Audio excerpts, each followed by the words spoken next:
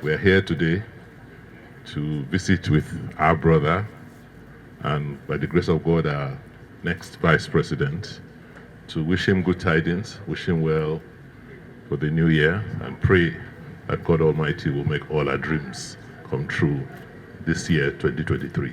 For us, we want a united PDP. And at all times when we meet, we always focus on the unity of the party.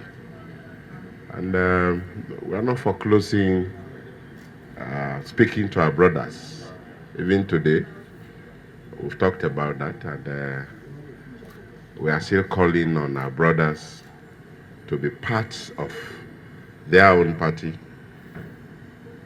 and work in unity with every other person.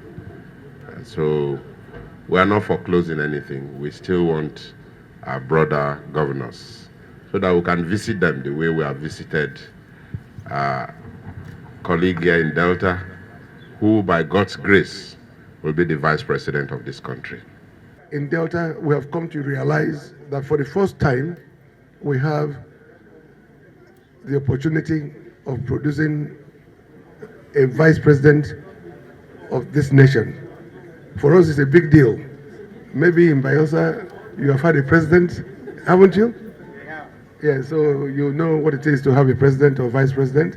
In Edo State, you have not had a VP or a president, but we are happy in Delta that Atiku Abubakar gave us this opportunity.